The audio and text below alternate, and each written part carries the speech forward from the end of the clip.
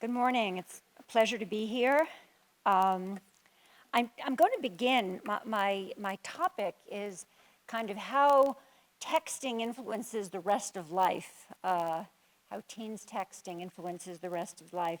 And I thought I would just begin with three stories that illustrate three ways that that happens in three areas of life. And then I would go on to some more formal remarks that lay it out in a more structured way. I love my three stories because they give a flavor of what it's like to do field work in this area and hear kind of firsthand young people talking about this subject. So the first is a kind of in an academic setting. It's from my life as a professor. I teach at MIT. I see young people all the time. And one comes in, and basically they don't want to come to office hours. There's been a steady decline, and not just in my office hour practice, but all over the country, of college students not wanting to come into office hours. We ask them why. There have been studies on this topic. And basically they say they want to send a perfect email that they can edit and get right, because their model is that there is a sort of process of editing and getting their idea exactly right. And then I, or my thousands, hundreds of thousands of contemporaries all over the country, professor contemporaries, many of whom are in the room today, will write them the most value-full, perfect email back that will hear them completely and will give them the most value for their money, sort of, and which is not inconsiderable. I mean, the pressure, me sitting there at midnight writing them a perfect email. I mean, I don't want to tell them how I feel about that. But when I try to talk to them about the model, the transactional model of knowledge and of conversation and of relationship that this implies, I mean, what person who loves knowledge, who's here today seeking knowledge, who was turned on by a professor, was it ever because you sent a perfect letter and they sent a perfect letter back? On the contrary, it's because you showed up with a bad idea and somebody said, no, but together in relationship, we are going to work for it. I'm here for you. You're smart. You're worth it. I'm going to be here again and again and again, here for you. You're worth listening to. I'm going to listen to you. In other words, these are the things that go into non-transactional conversations that my students are cheating themselves out of, that they don't know so much about. And as I worked on this book on conversation in young people, I realized that their lives of connection had not taught them that much about that kind of non-transactional conversation. So I just put it out there. They're into perfection. They think they can get perfection in a text, in an email. They think I'll give them the perfect transaction back. And almost, Howard Gardner and Katie Davis wrote a book called The Act Generation. And it's a little bit captured by that.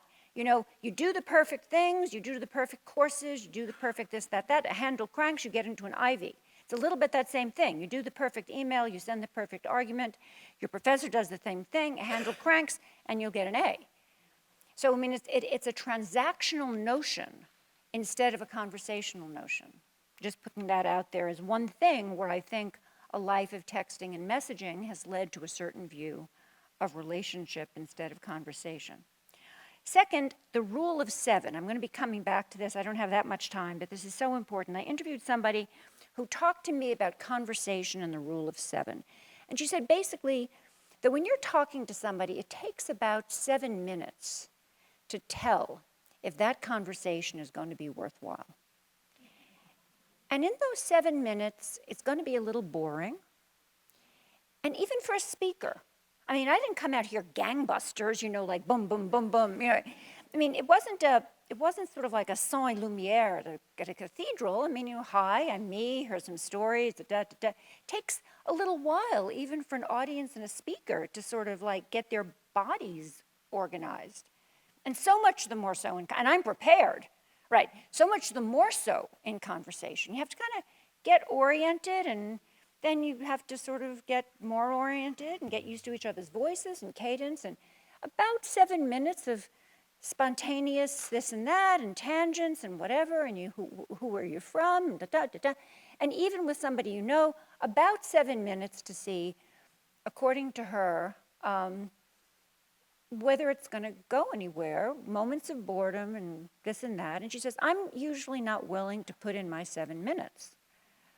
I usually take out my phone during any lull, during what she called the boring bits. And I heard this notion of the boring bits and the lull as a reason to take out a phone during a conversation so many times in talking to teens. And I want to suggest that it creates many things in that the 7-minute rule is kind of a microcosm of how texting affects teens' rest of life in so many ways. First of all, the notion of boredom, not as a place you go to investigate your attention, but as a trigger not to grow inside of yourself, but as a trigger to go to your phone. Second, the notion of the boring bits as a trigger to go to a phone rather than your own mind. We know that the boring bits are a place, and that mind wandering is a crucial place where we go to the default mode network, where we develop a stable sense of our own identity. If we're going to a phone instead of to our own imaginations during that time, that is not good. Second, in that way of thinking, there's a again, there's a notion of speed and production and transaction instead of being with each other and letting there be a lull that I think is a habit of mind that comes from the speed of texting, and if it's not there, you go to the next thing, you go to the next thing, that is not serving these young people well. And then third, and this is a political issue, there's part of Reclaiming Conversation that talks about politics and that talks about the sort of political sensibilities in politics of young people today, some of it, and how it is affected by online life. And one interview strikes me in particular that I want to begin with, and then I'll go to a more formal set of remarks. It's a young woman who said to me, I'm so glad I don't have anything controversial to say, because if I had something controversial to say, I would have to say it online. That's the only place to say anything, and it's not private there. And that would be very bad. And there's so much in that story.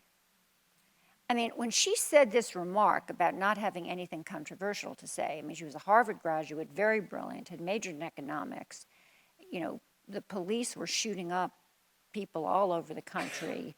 The Ebola virus, there was an outbreak. I mean, there was plenty to say controversial, you know, from the Mideast to this country. I was finding plenty of controversial things to say with absolutely no problem. I felt like, let me just tell you some controversial things you could say. Why don't you try out, let me just try out this list and just on any political dimension, you know, choose your position, but here are some Sherry Turkle controversial remarks you might want to, I'm teasing, but I mean, she basically, so glad she didn't have anything controversial to say because she'd have to say it online, and online wouldn't be a good place. So, but I'm basically saying our habits of knowing we have to do it online chill us, and we end up thinking we don't have anything controversial to say, because that would be better than admitting that we don't want to think about things much because we really don't want to speak in our current speech environment. I found this chilling, and we need to talk more about this. So right now I see my work as a, certainly this new book, as a provocation to conversation. I will feel successful if people talk about talk, and talk, I think, the kind of talk where you look somebody in the eye, get the full blast of their body language, allow spontaneous things to happen, are not afraid of letting them happen, of experiencing people in the face-to-face, letting all the skills that you get from those experiences occur, and just wanting, I like to say that my work in this book is not anti-technology. I love my devices. I love all the things I can do on them. It is pro-conversation. Just because you love your devices doesn't mean that you are not pro-conversation. And I think that somehow the idea that we live in a world where we need to choose between is what all of us, particularly those, especially those of us who work with children, we just have to get out of that way of thinking. We're pro-conversation because that's what's good for children and parents and teachers and caretakers as children develop into the children they need to be. Now, how we feel about any particular digital device that comes across in terms of its educational benefits, its communication benefits, this is great. Let's take them one by one and let's go with the ones that are great. But we are pro-conversation because that's what nurtures a mind, a relationship, an empathic sense.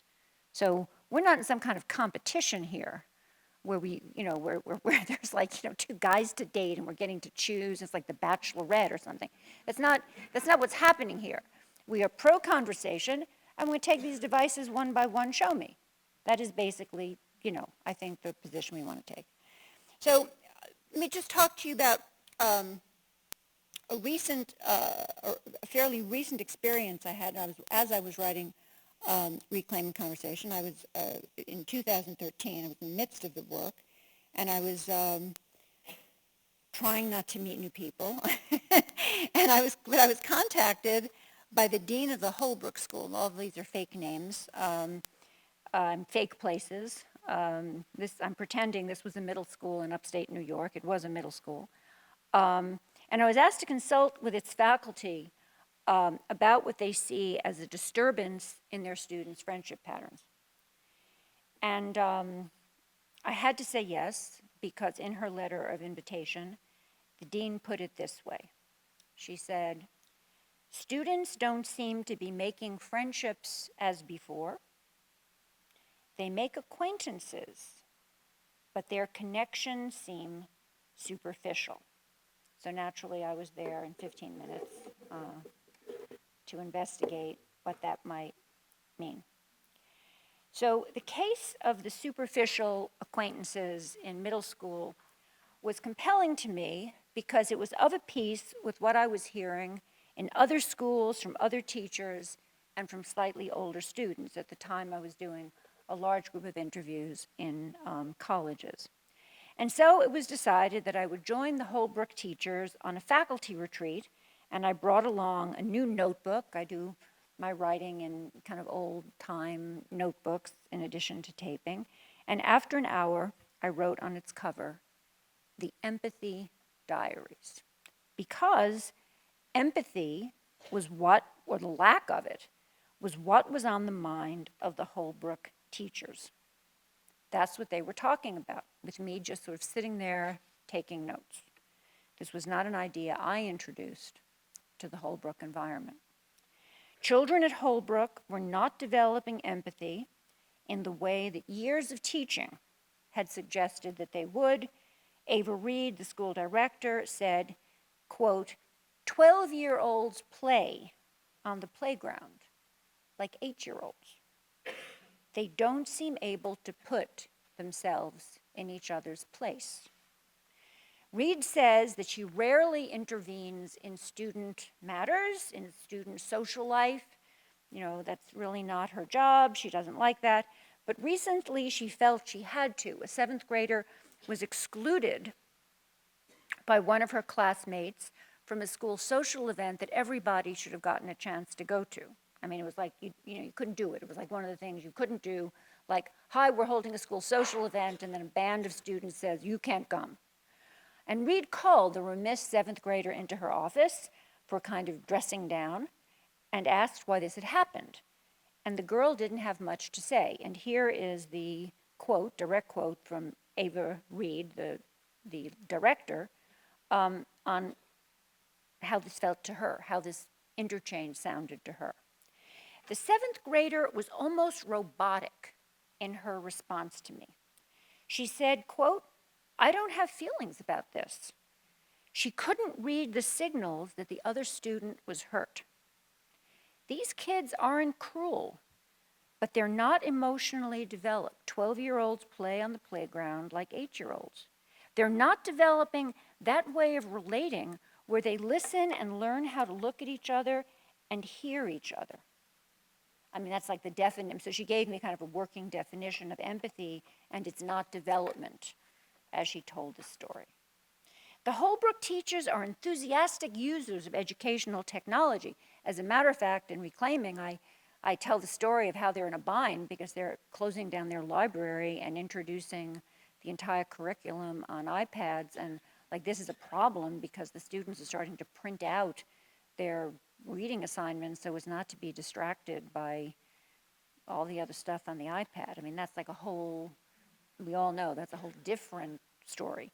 But on this retreat, what they were focusing on was their concern that technology was implicated in what they called a crisis in empathy. The students would rather text than talk. And one teacher observes about why this might be, kind of then we got to theories of why this might be. And these aren't my theories, these are the teacher's theories. Quote, "The students sit in the dining hall and look at their phones. When they share things together, what they are sharing is what is on their phones. So it doesn't look like the old dining room anymore. Is this the new conversation? If so, it's not doing the work of the old conversation. As these teachers see it, the old conversation taught empathy, and these students seem to understand each other less." So to put it most simply, I'm going to be talking about a crisis in empathy, and I'm going to suggest that we can cure it with conversation. Sometimes I say conversation is the talking cure, to make a really bad pun. So to begin with, the too familiar across generations, but certainly for adolescents, for many, that comment that the Holbrook teacher cited has become a litany. I'd rather text than talk. These days, people readily admit that in business and love, we'd rather text, message, or email than talk face-to-face. And people say, why to me? And I've known why. I'm studying this a long time. It's not so hard to say why. It's because our phones give us gifts, like I call it, like gifts from a benevolent genie that will always be able to be heard. We can put our attention no matter where we want it to be, that will never be bored, and that we can always be perfect. We can always be perfect. We can always get things right because we can always edit. We talked about a little bit of that when I spoke about editing and not wanting to be perfect in office hours. And I want to just stress again that this last is key, because from childhood on in our culture today, we are preoccupied with getting things right. And of course, you can have that fantasy of getting things right if you work in a medium like texting or email or messaging where you can edit yourself.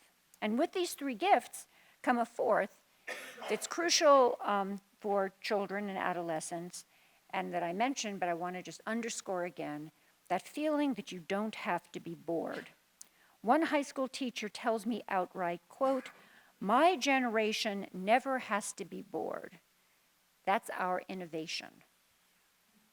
And I hope we can come back to this in the questions because of the dangers of the promise of perfection and the dangers of the idea that boredom is now finished. Both of these are bad things because boredom is more likely to be your imagination calling to you. So what I'm describing all adds up to a flight from conversation, at least from conversation that's open-ended, spontaneous, conversation in which we play with ideas, in which we allow ourselves to be fully present and vulnerable. Yet, these are the conversations in which empathy and intimacy thrive and flourish, in which creativity thrives and flourishes, collaboration thrives and flourishes. And so that's why I begin with the experience of Holbrook, which is not at all an isolated case. So here's how I see the biggest picture. We're distracted over our dinner tables and living rooms were distracted at business meetings and faculty meetings, and we find traces of a new silent spring, which is the word that Rachel Carson used when we were ready to see that with technological change had come an assault on our environment. And now we face technology making a new assault, and we face another moment of recognition that this is happening. But this time the assault is on empathy. Because research shows, and here let me just put up, what I'm going to do is I'm going to put up a key study that I'm referring to. Research shows that even a silent phone on a lunch table causes us to share less with each other. What happens? We keep the conversation light. It's not surprising. We keep the conversation on things where we wouldn't mind being interrupted. In another experiment, the presence of a phone on the periphery of a landscape left people feeling less connected to each other, less invested in each other. So it's not surprising that research reports that in the past 20 years, we've seen a 40% decline in markers for empathy among college students, with most of that decline taking place in the past 10 years, a decline that the researchers attribute to the presence of digital devices. Now, in the question and answer period and our discussion and a discussion outside of this hall, I hope we talk a little bit about the fact that after the amazing Sarah Conrath worked on this study, I've heard that she turned, you'd be depressed if you'd been the lead researcher on this study, and she turned her attention to the possibility of writing empathy apps for the iPhone. And I think that's really a question that all of us face, the degree to which we can turn to technology to solve some of the problems we're having with conversation and empathy. So it is a sort of ironic moment, but the thing she did is something that we all are tempted to do and that faces us all as a real question. To what degree are we going to turn to technology to get us out of some problems that we think technology got us into? But there's good news in this, I must say, admittedly up to now, kind of bad news story, and it actually begins with adolescents. We are resilient. In one study, in only 5 days at a summer camp, without electronic devices, children begin to relearn the ability to identify the feelings of others. How did they do that? They talked to each other. Face-to-face conversation is the most human and humanizing thing that we know how to do. So I am not here, and my work is not about giving up our phones. It's about using them mindfully. And when we do, conversation is there to reclaim. For the failing conversations of our digital age, I see it as the talking cure. So most of you won't be surprised that reclaiming conversation begins with reclaiming the capacity for solitude. Now, those of you who will be least surprised are those of you who have some grounding in the psychoanalytic tradition, because that tradition has called the signal achievement of childhood the capacity for solitude. Solitude begins what I think of as the virtuous circle of conversation. Now, what is that circle? Why do you need solitude for sociality? And I want to say, there's only one talk, time is short. You have so many talks today, you have so much information today, yesterday, the day before, later. If you get one thing out of what I'm saying, if you come away with one thought, it's that when somebody says to you, okay, Sherry Turkle, got it, I can see why she's kind of upset that people turn away from each other when they're together. Got it, that's no good. But what's the harm if they turn away from each other when they're alone, and when they turn away when they're alone and they just go to their phone? I mean, who's being hurt by that? And so I don't get her whole thing about why it's so bad to turn to your phone if you're alone and you just want to see what's on your phone. What's her big production?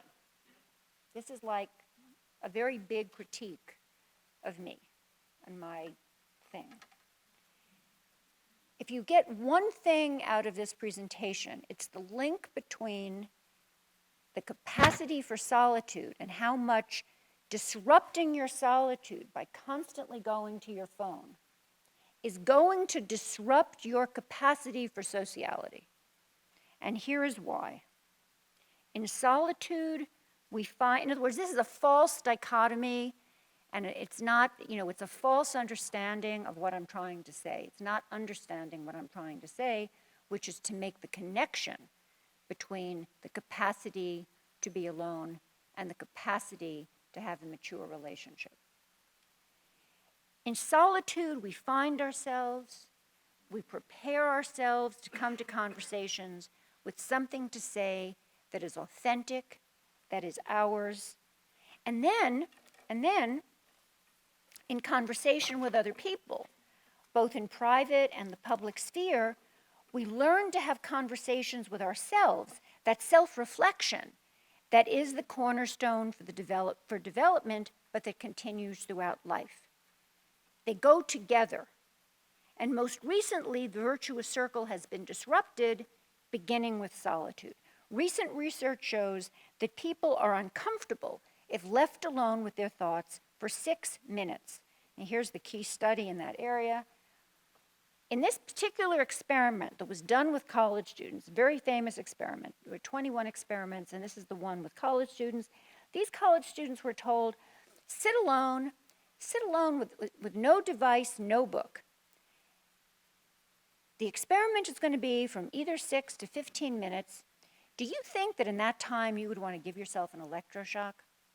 And they said, no way. Kidding? After 6 minutes, they were giving themselves electroshocks. Now, these results, to make a very bad pun, are stunning but not surprising. Because we all see that when people are alone on a supermarket line or at a stop sign, I do a lot of my research at stop signs, people cannot stop themselves from taking out their phones and starting to do whatever at stop signs. It's crazy. They reach for a device. And this is where the virtuous circle breaks. We struggle to pay attention to ourselves, and what suffers is our ability to pay attention to each other. Students text during classes, parents at dinner with their families, in the park with children. Children are texting each other rather than talking, or for that matter, just looking at the sky. Yeah. Oh, I'm sorry, they set my timer and they said I had 6 more minutes. I apologize. Okay, so what's going on? We want to be with each other, but also elsewhere, connected to wherever we want to be, because the thing we now value most is control over where we put our attention. So let me just end with a fascinating example of sort of how I began and how college students put me on a new route by what they told me about what they called the rule of 3, and then I'll wrap it up and ask for questions. So I went into an early set of interviews, and I said I wanted to study, which was my original idea, kind of the micro world of texting and messaging, and really understand exactly how it worked, and a kind of the addiction of texting and messaging and how they were different. And a junior in college said, don't do that. Don't do that. I don't think you should do that. Our texting is fine. It's what our texting does to our relationships with each other. That's the problem. And it was really a profound insight. And the way he illustrated his insight, and here's how I'll end, is he said, when we're in the dining hall, we use the rule of 3. And in the rule of 3, we all want to text during dinner.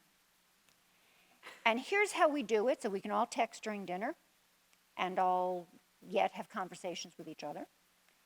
And here's how we do it. Everybody looks around and nobody goes down to their text if there aren't 5 heads looking up. Let's say if 6 people are having dinner. So if 5 heads are, if 3 heads are up, it's the rule of 3. If 3 heads are up in a group of 6, I can go down to texting. If 2 heads are up, I can't go down to texting until a 3rd head comes up, and then I can go down. So what kind of conversations are going to happen in that environment? It's just like when you put a phone on the table. You keep it light, and you keep it on things where you can go in and out of the conversation, and you feel less connection to each other. So,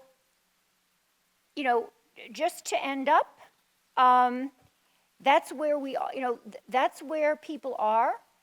They're in a state of conflict where I think teens mirror the American population, the elder population, perfectly.